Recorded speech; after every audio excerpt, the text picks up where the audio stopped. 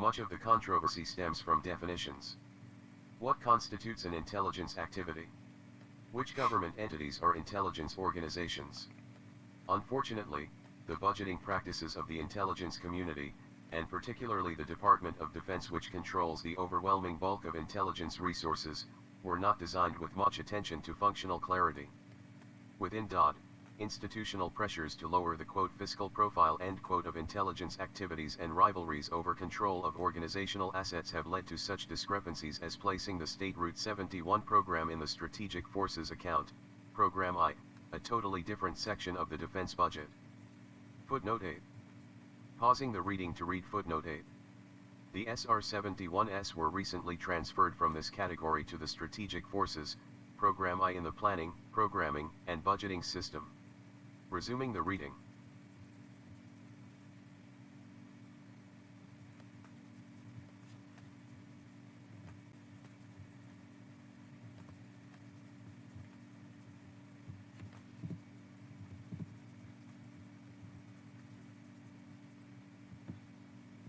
Other examples of current budget practice.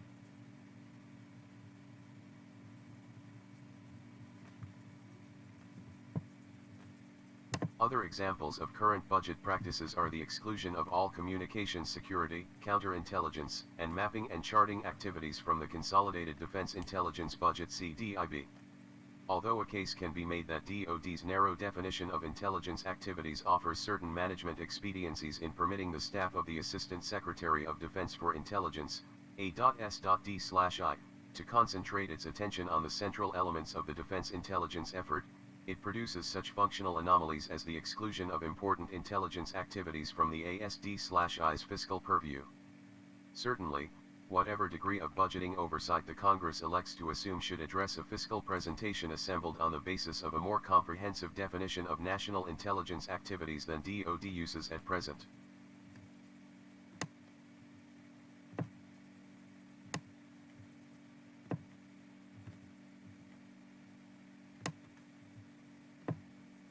Furthermore, a Congressional Oversight Committee, in attempting to monitor DoD's counterintelligence budget, may want to group it with the counterintelligence budgets of all other intelligence agencies to provide management visibility to the national counterintelligence effort that is now lacking, even within the executive branch.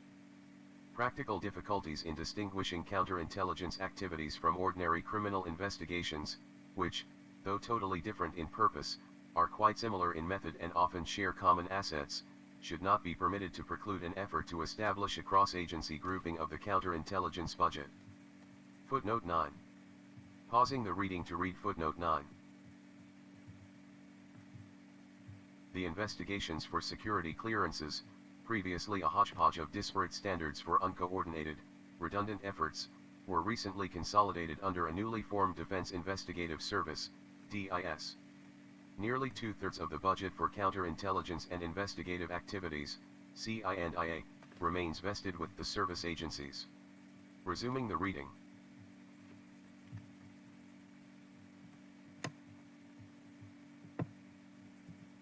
The same problem of distinguishing intelligence and non-intelligence related functions exists in the budgets for mapping and geodetic activities, most of which are the responsibility of the Defense Mapping Agency. Many of DMA's missions are only marginally related to the intelligence function, but others are of vital importance to all segments of the intelligence community's market. At a tactical military level, what intelligence commodity is of greater importance to a field commander than accurate maps of his area of operations? As with counterintelligence, the difficulties inherent in trying to separate the budgets of those facets of the mapping, charting, and geodetic effort which serve a national intelligence purpose from those.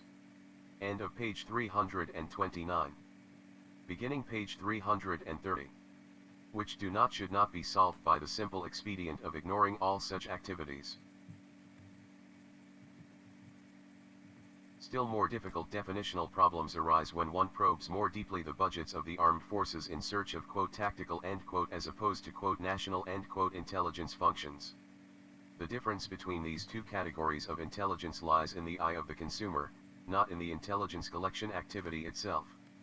Increasingly, intelligence data collection systems have grown capable of serving both the broad interests of the policymakers and defense planners and the more specific technical interests of the weapons developers and field commanders. In fact, a given set of collected data may often be of interest to all these groups, although the analytical slant with which it is presented is likely to differ markedly in response to consumer preferences.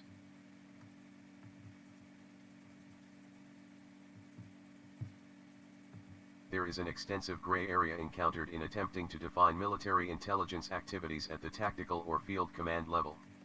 Many components of the military forces make a definite contribution to our intelligence effort during peacetime, but have other important missions as well, particularly during war. A prime example is the Navy's long-range, shore-based patrol planes, which play an important ocean surveillance role in peacetime, but would be an active part of U.S. anti-submarine warfare, ASW, combat forces during war. Although tactical military intelligence and related activities are included in the comprehensive cost estimates presented in the following section, the committee believes the budgets of such activities should be excluded from the jurisdiction of a Congressional Intelligence Oversight Committee, with those committees in which it is currently vested retaining fiscal review authority.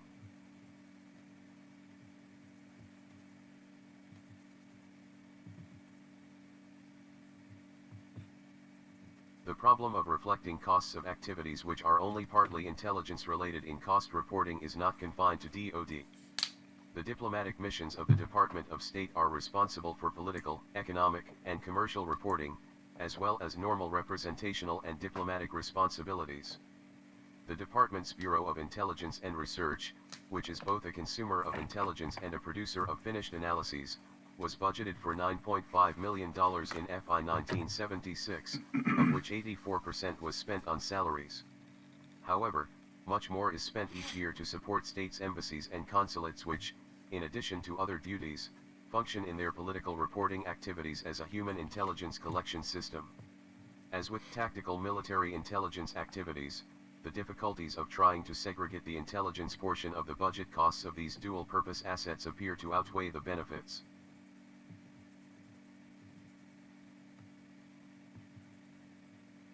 Subsection 2. The size of the defense intelligence budget in FY 1976. The committee's analysis indicated that deleted billion. Footnote 10. Constitutes the direct costs to the U.S. for its National Intelligence Program for FY 1976. This includes the total approved budgets of CIA, DIA, NS*A, and National Reconnaissance Programs. Footnote 10a. Pausing the reading to read the footnotes. Footnote 10. Deleted pending further committee consideration. Footnote 11. Direct costs of the intelligence activities of the IRDA, FBI, and State Department are contained in their respective budgets. Resuming the reading. If the costs of tactical. End of page 330, beginning of page 331.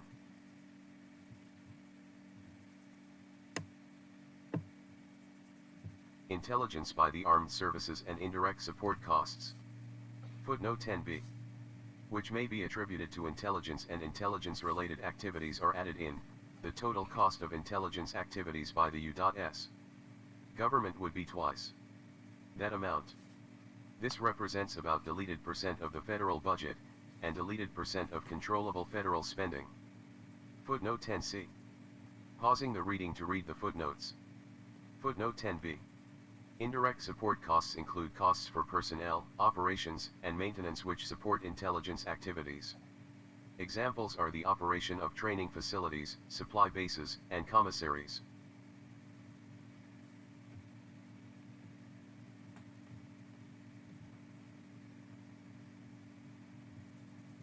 Footnote 10c. Deleted pending further committee consideration. Resuming the reading. It should be stressed that this larger estimate represents a full cost and includes activities which also fulfill other purposes. Thus the entire amount could not be "saved" if there were no intelligence activities funded by or through the Defense Department.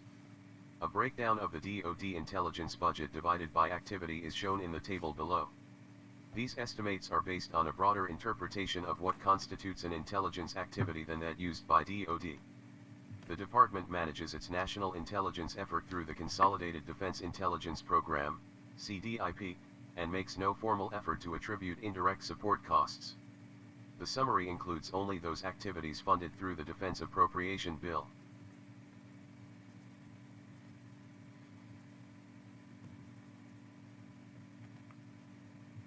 The costs of intelligence functions performed by the Departments of State, Bureau of Intelligence and Research, Treasury, Justice, Federal Bureau of Investigation, and the Energy Research and Development Administration, which has assimilated the Intelligence Division formerly operated by the Atomic Energy Commission, total about $0.2 billion. Full costs of intelligence and related activities within the DoD budget.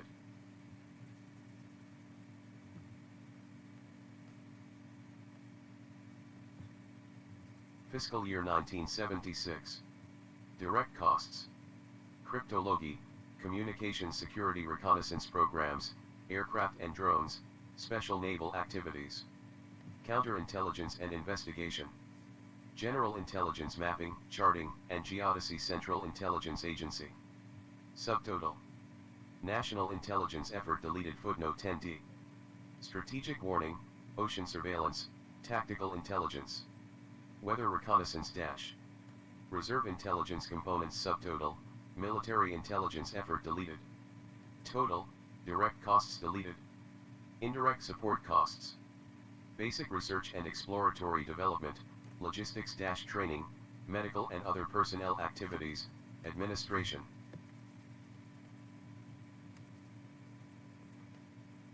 Total, indirect support costs deleted.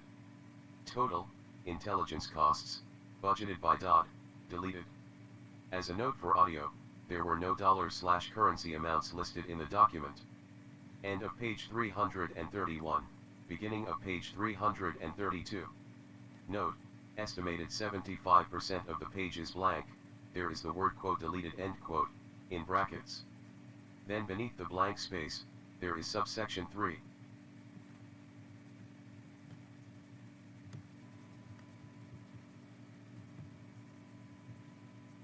Brief note to add for page 331. There is footnote 10D which is in the same line as subtotal. National intelligence effort, but the entry for the footnote is IVID. Returning to page 332.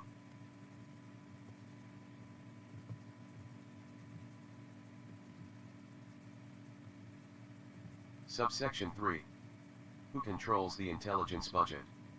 The nominal head of the intelligence community is the Director of Central Intelligence, DCI, who is also the Director of the Central Intelligence Agency. These two roles, however, are to be viewed as distinct. A cornerstone of President Nixon's 1971 directive, designed. End of page 332. Beginning of page 333.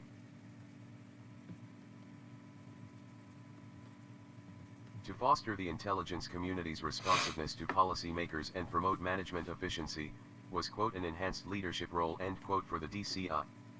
Yet the DCI was not given direct authority over the community's budget, nor granted the means by which to control the shape of that budget until the announcement of President Ford's executive order of February 18, 1976.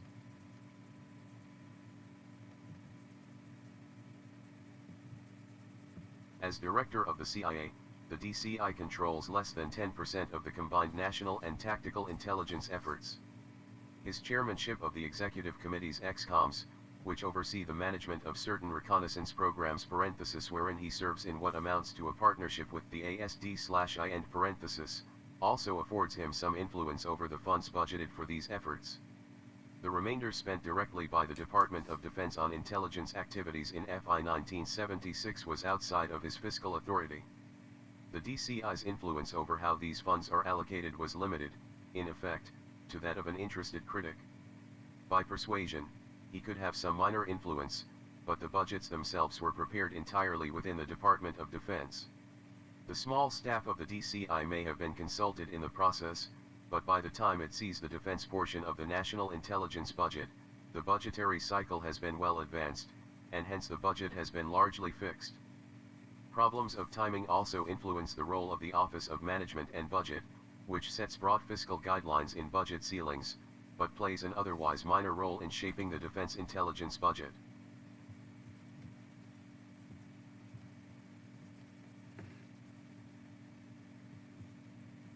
The real executive authority over at least 4/5 of the total resources spent on intelligence activities has resided with the Secretary of Defense. Over the past few years, the Deputy Secretary of Defense has shown a particular interest in the intelligence portion of the DoD budget, in effect representing the Secretary on many issues arising in this area.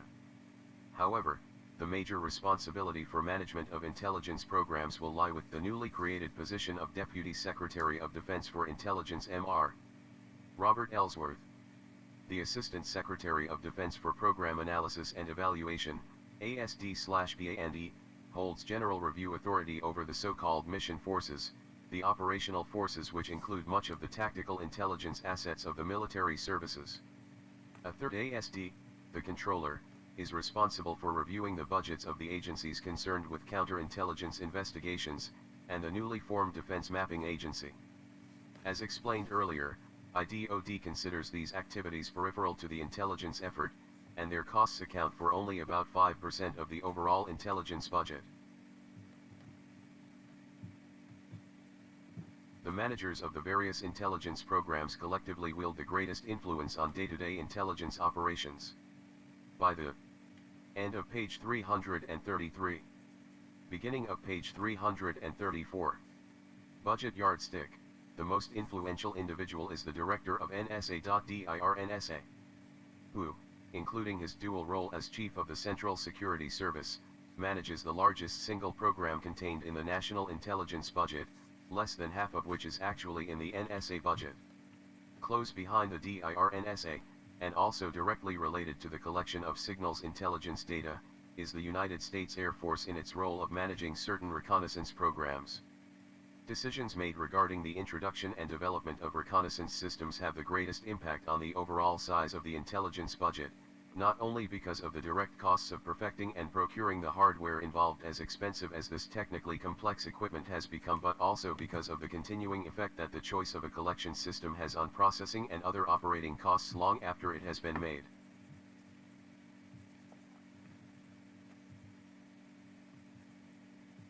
A third grouping of defense intelligence activities is the General Defense Intelligence Program, GDIP. In effect and all other category, the GDIP budget is ordinarily 1/4 Defense Intelligence Agency, DIA, costs, and 3/4 service costs, including those of the Air Force Intelligence Service, Naval Intelligence Command, and a part of the U.S. Army Intelligence Agency. The G.D.I.P encompasses all of DoD's non-SIGINT, non-overhead intelligence collection and production activities deemed by the department to be of national importance. It does not include activities related to the military field commands. Although the general intelligence budget managed by the director of DIA, DIR/DIA, has never been more than a fraction the size of the DERNS's cryptologic budget, his problems, though similar, are more formidable. Whereas opinion is divided on the DIR/NSA's grip over the service agencies that participate in the Consolidated Cryptologic Program, through the Central Security Service, there is little disagreement on the DIR/DIA's inability to exert significant influence over the priorities and activities of the service components of the GDIP.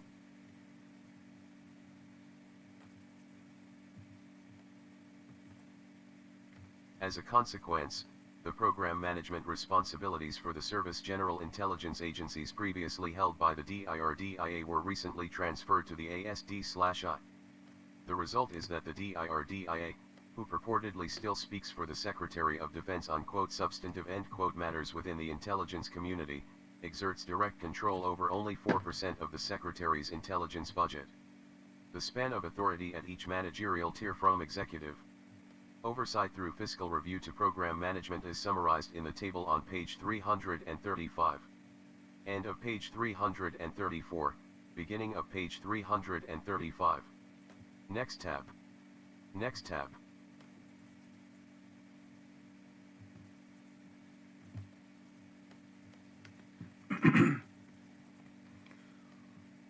So this chart, let me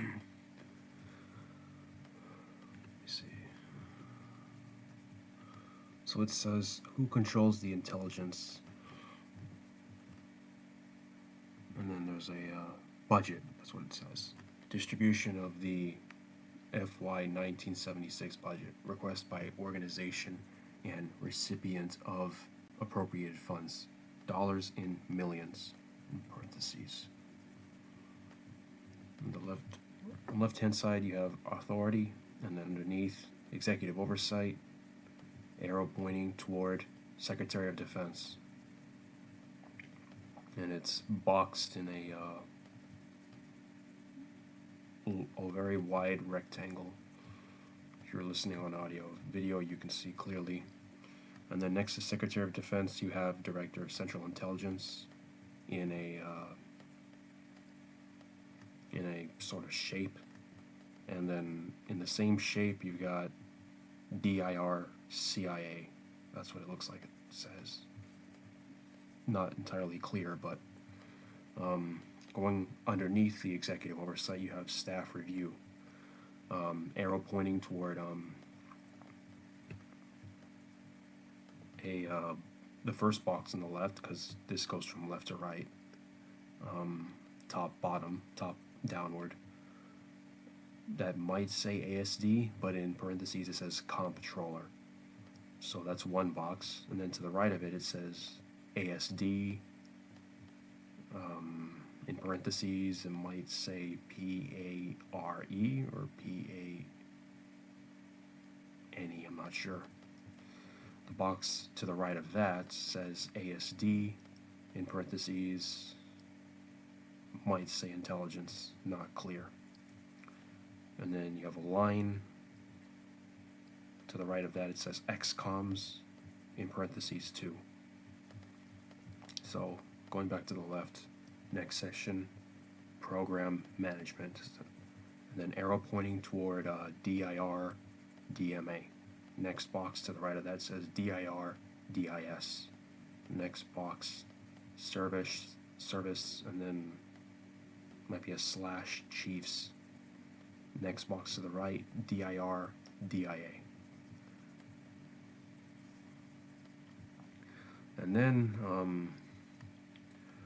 so briefly going back to the above section of staff review, where we had ASQ or ASD, where we had intelligence. It was a big box or big A shape with that, and it covers that section, and then it fills in the space between the third section of program management to the right of the DIR, DIA, and then excuse me, to the right of that, and then to the left of the next box, which is Director NSA. And then to the right of the Director NSA, there's a box, and it's blank. To the right of that box, you have DIR CIA, Director of Central Intelligence, which also is part of a shape, which is kind of like a 90-degree sort of shape, which we saw in the first section of executive oversight. And then last section beneath it might be part of program management. Beneath these that I just read were Defense Mapping Agency, which is under DIR, DMA, DIR, DIS. You've got Defense in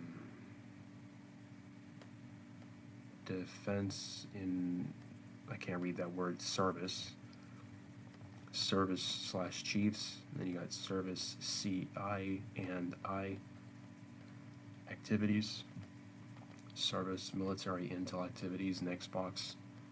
Sorry, these are all boxes. Defense Mapping Agency is a box. The Defense, the DIS is a box. The Service CI and I activities is a box. Service Military Intel activities is a box. And then Aircraft and Drones, a separate box or a separate section. And then under DIR, DIA, Defense Intel Agency. Next one is Service General Intel Activities. To the right of that is National Security Agency. To the right of that, Central Security Service. To the right of that, underneath the blank box, or the covered box, you got reconnaissance programs, in parentheses 2. To the right of that, you then have Central Intel Agency. Okay. So that's, and then going back to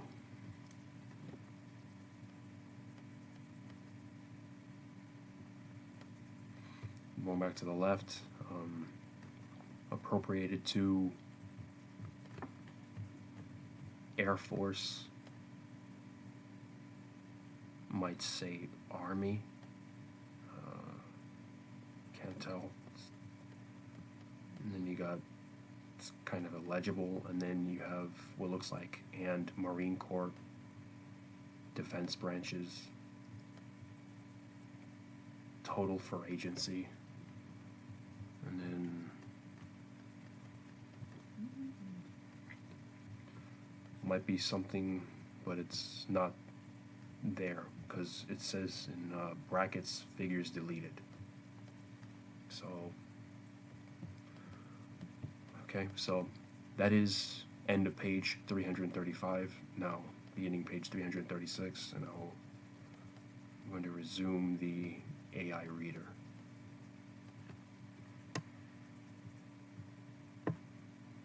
Defense agencies each draw on resources funded within the service appropriations in addition to their own agency appropriations. These resources generally take the form of pay and allowances for military personnel who are serving tours outside their parent service with intelligence agencies. DIA's appropriation is supplemented by $39 million in this way. NSA's by $34 million. DIS by $16 million. And the Defense Mapping Agencies by $12 million. The Defense Department makes accounting corrections for these service-incurred costs in its fiscal year defense plan FYDP, and the amounts are included in presenting the agency budgets. The important point to be recognized is that the budgets of the defense intelligence agencies are not fully covered by the funds appropriated to them.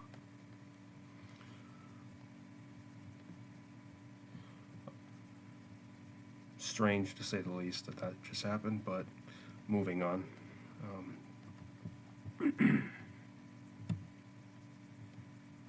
Slightly over a third of the overall DoD-funded intelligence effort is managed directly by the military services. The bulk of these funds support the tactical military requirements of the field commands and include many force components for which the intelligence mission is secondary or of shared importance with other activities. However, activities under service management are of national importance and interest in two areas: peripheral reconnaissance, carried out both by piloted aircraft, such as the SR-71, and unmanned drones, and counterintelligence and investigation conducted by the Air Force Office of Special Investigations, the Naval Investigative Service, and a number of decentralized Army military intelligence groups. Subsection 4. Budget trends.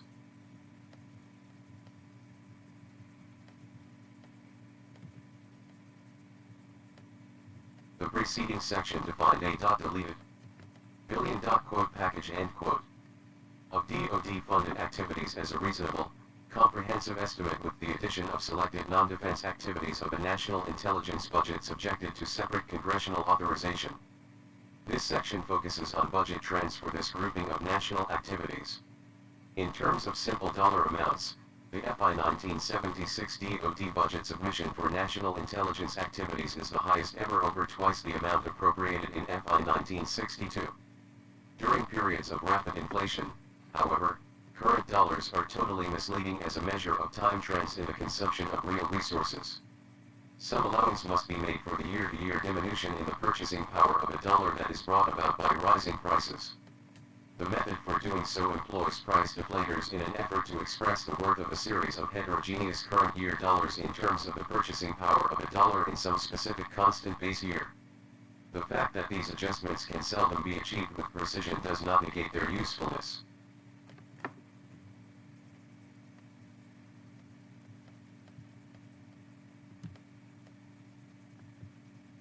The chart on page 337 indicates the trends in the DOT-funded national intelligence budget, which includes the CIA as well as defense agencies and the national activities of the military services, from fiscal year 1962 through fiscal year 1976.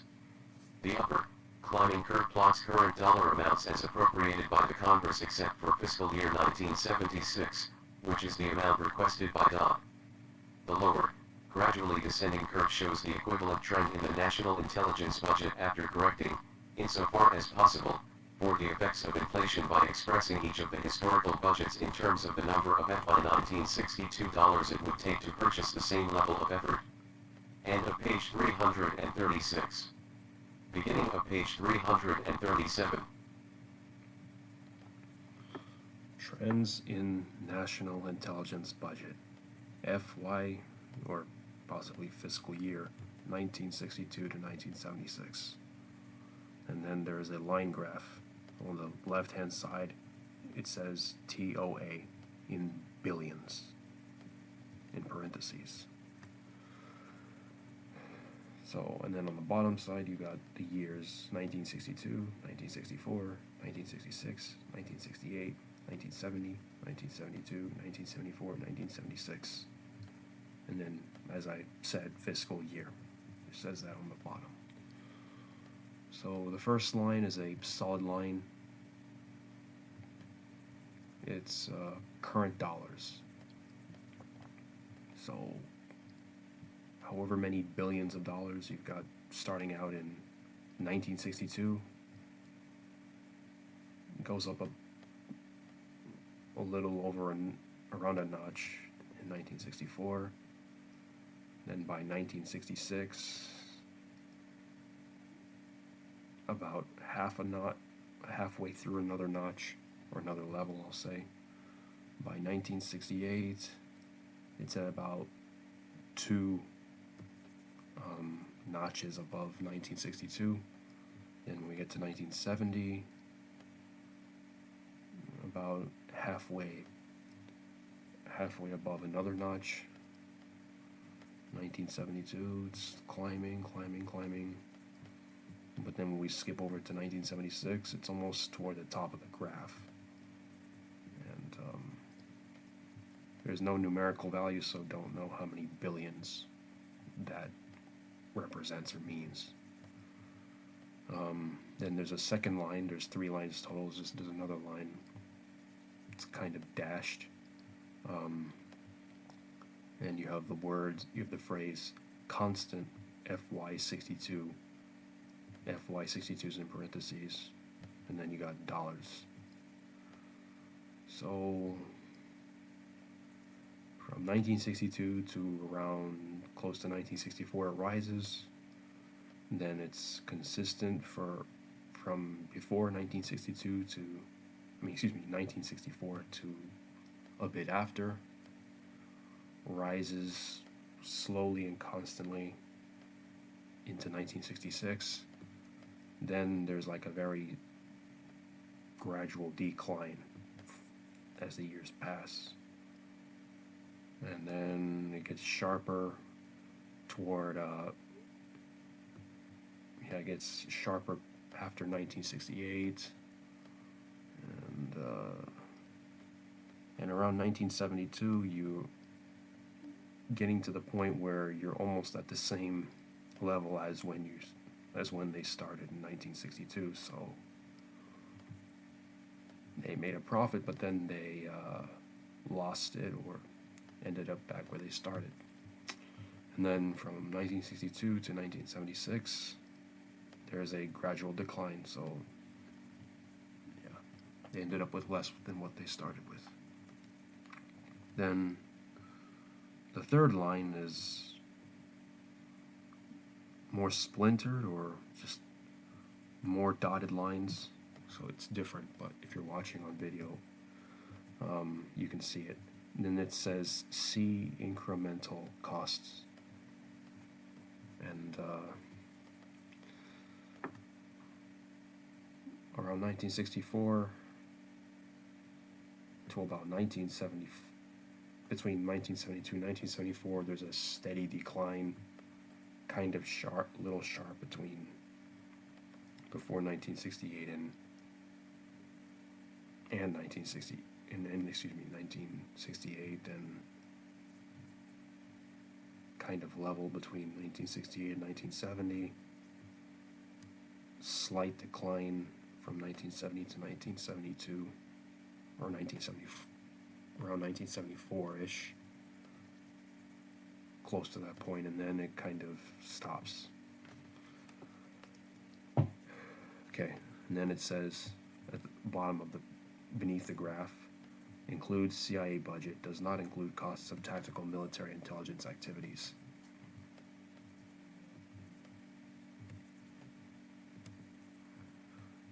Now I'm going to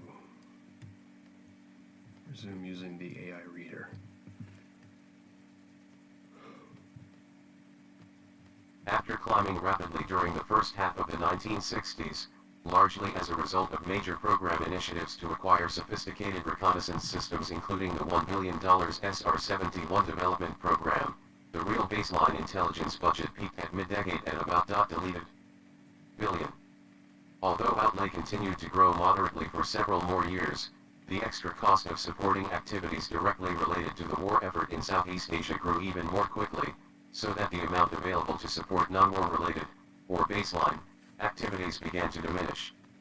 Since the mid-1960s, the budget has declined steadily, in terms of the resources that could be bought with the dollars provided, to the FY 1976 level of $billion, about equal in buying power to the budgets of the late 1950s.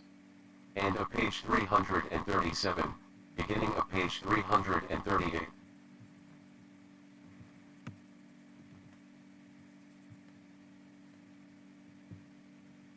A review of planning documents indicates that every effort will be made by defense leaders to avoid further erosion in the intelligence effort below the FY 1976 level. Conversely, it is not anticipated that significant increases in funding, above those necessary to compensate for continued inflation, now expected to average 5 to 7% annually over the next 5 years, will be requested.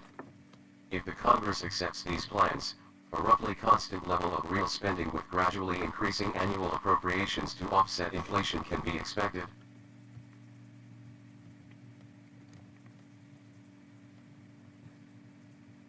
Measured in today's prices, the budget request for defense intelligence programs is also well below past funding levels, up $0.5 billion, or about 10%, from the FY 1962 level, and down nearly 30% from the pre-Vietnam peak of $billion.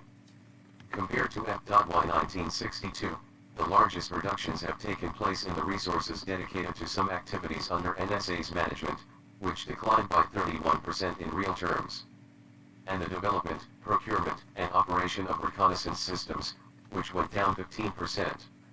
Spending in support of aircraft and drone operations, although far below the peaks associated with the introduction of the SR-71, stands well above the level of 1962.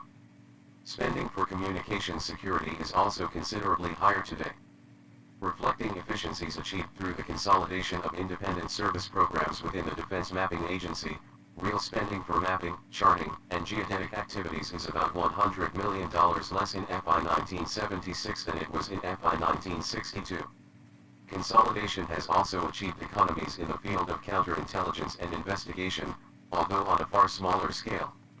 The $125 million requested for these activities stands about 15% below the pre-Vietnam level of effort.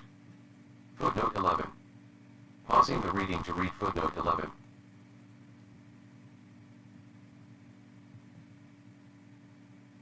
An estimated 20 to 40% of this amount will be spent for criminal, as opposed to counterintelligence, investigations. Resuming the reading. During the committee's inquiry, informed managers within the defense intelligence community frequently expressed the judgment that the downward trend in the resources dedicated to their programs has gone as far as it should. While acknowledging that no one has succeeded in devising a sound method by which to relate the value of the community's output to the quantity of resources used, they argue that most of the savings from the elimination of duplication and other forms of non-productive effort have already been realized, and that further reductions can only be achieved at the risk of curtailing essential intelligence services.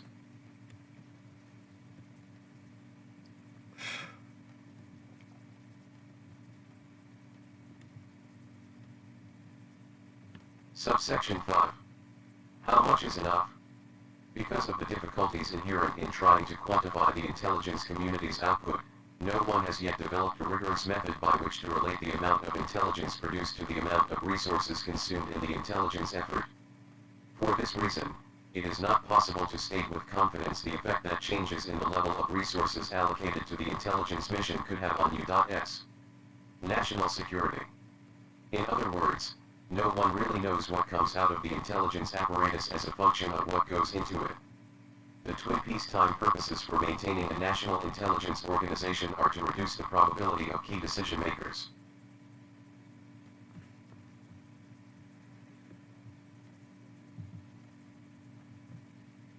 End of page 338.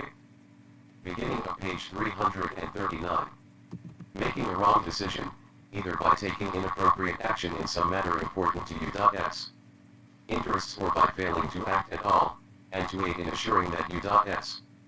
armed forces are adequately prepared to execute decisions requiring military force.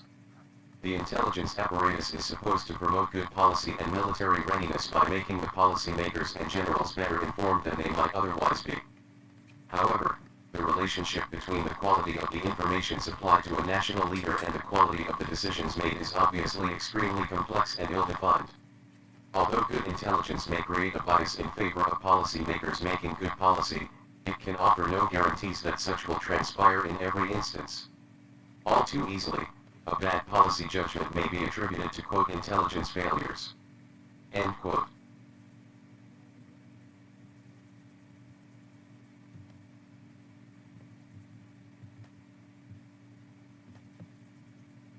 If the level of effort were increased substantially, the quality of intelligence and national security would be enhanced.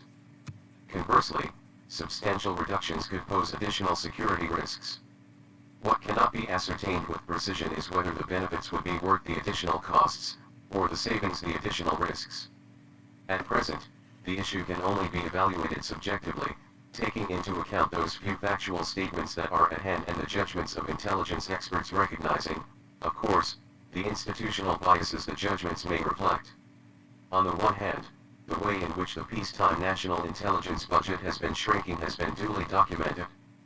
Apparently, these reductions have not significantly detracted from the overall performance of the national intelligence apparatus or seriously jeopardized U.S. security. Community managers interviewed during the committee's investigation generally felt that present funding was adequate to provide all-consuming groups with essential intelligence support.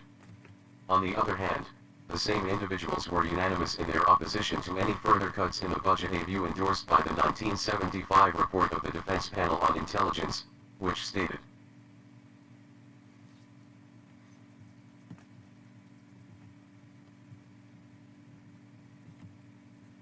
quote, "We consider that the widely held concern over the inflated size of the intelligence effort is no longer valid."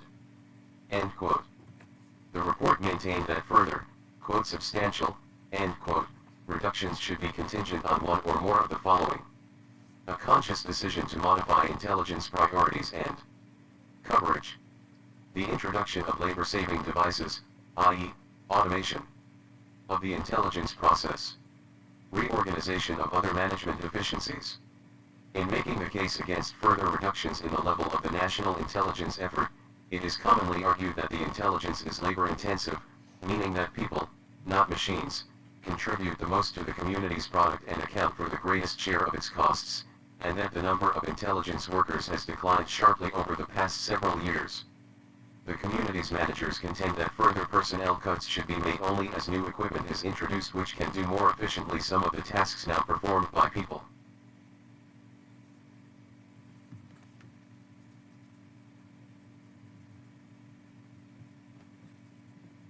End of page 339. Beginning of page 340. The trend in defense intelligence manpower has been sharply downward. The fiscal year-end strength of 89,900 persons, civilian and military, U.S. citizens and foreign nationals, planned for 1976 is 1/5 less than that of fiscal year 1962, and 42% below the 1968 peak of 153,800 persons, some of whom were, of course, engaged in support of the Southeast Asia War effort. At the end of fiscal year 1975, 100 and 1,500 persons were engaged in defense national intelligence activities. It is not true that the defense national intelligence effort is labor-intensive. Quite the opposite. Intelligence is highly capital-intensive. The defense intelligence community annually invests more per employee than the worldwide average. Footnote 12. Pausing the reading to read footnote 12.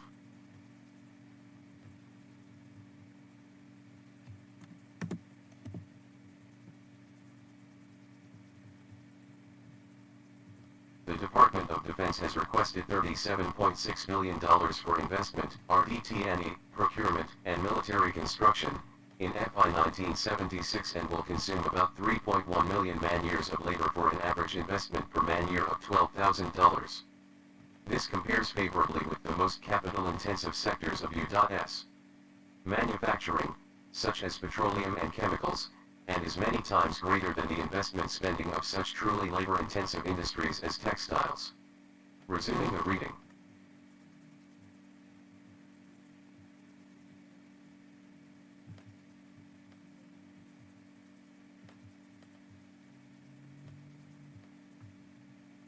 As shown in Table 5, investment per man-year for the national intelligence sector of the defense budget will average $16,700, about 11% less than was spent in 1962 despite the manpower reductions that have taken place, but still $2,800 more than will be invested by the general purpose forces at large, and only $1,800 less than the highly capital-intensive strategic forces. The downward trend in the investment rate for the intelligence components does not suggest a vigorous effort on the part of community managers to achieve the gains in efficiency through automation that they contend offer the best opportunity to realize further savings.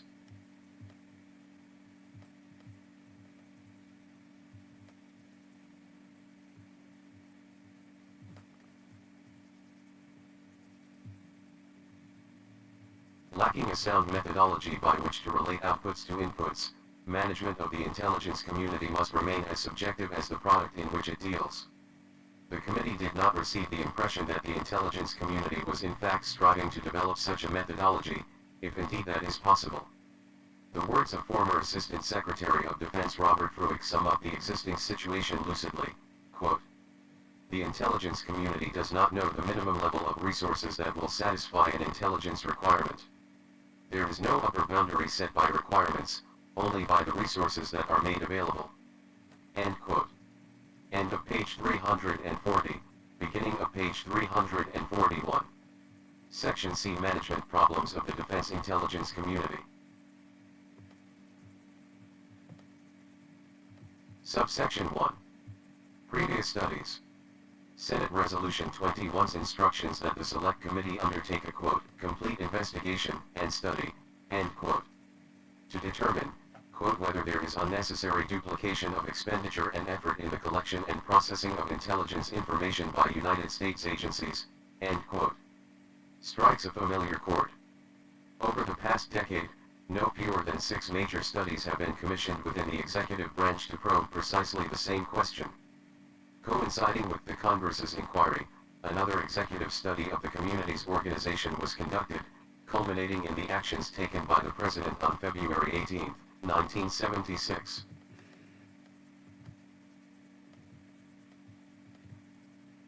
Earlier studies have not always agreed on details, but all have concluded that the defense intelligence community has performed neither as effectively nor as efficiently as possible, due largely to its fragmented organization. More centralized management control is needed if there is to be improvement in the cost-effectiveness of the community's efforts. Notwithstanding this view, the community's organizational structure has changed little over many years. Since many of the past studies of the community's organization have tapped greater resources than have been available to the Select Committee, the discussion which follows draws heavily upon their findings.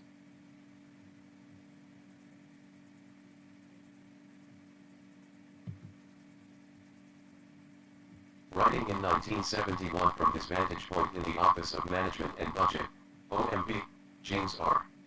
Schlesinger compared the structure and management methods of the intelligence community to those of the Department of Defense prior to the Defense Reorganization Act of 1958. Obviously, This act did not eradicate all of D.O.D's management problems. Similarly, reorganization of the intelligence apparatus could not in itself guarantee improved performance nor lowered costs. But reorganization could, in Schlesinger's view, create the conditions for inspired intelligence leadership. In his 1971 paper, Schlesinger concluded, quote, "The main hope for improving cost-effectiveness did in fact lie in a fundamental reform of the intelligence community's decision-making bodies and procedures." End quote. Footnote 13.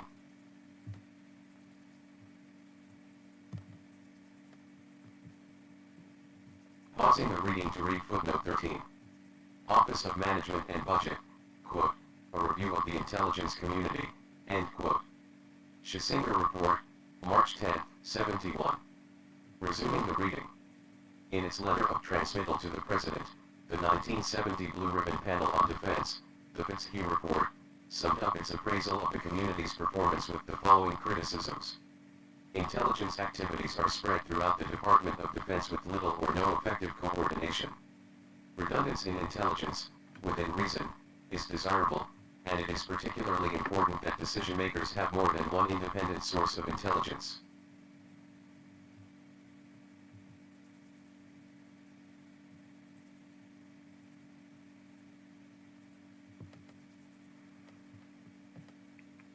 Redundancy in intelligence, within reason, is desirable, and it is particularly important that decision-makers have more than one independent source of intelligence. There is, as has often been charged, evidence of duplication between the various organizations. There is a tendency within the intelligence community to produce intelligence for the intelligence community and to remain remote from and not give sufficient attention to the requirements of others who have valid needs for intelligence. End of page 341, beginning of page 342.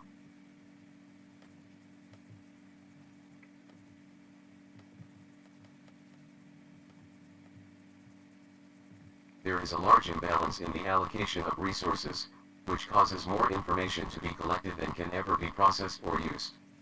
Collection efforts are driven by advances in sensor technology, not by requirements filtering down from consumers of the community's products. Footnote 15. Pausing the reading to read footnote 15. Fitzhugh Report, July 1, 70.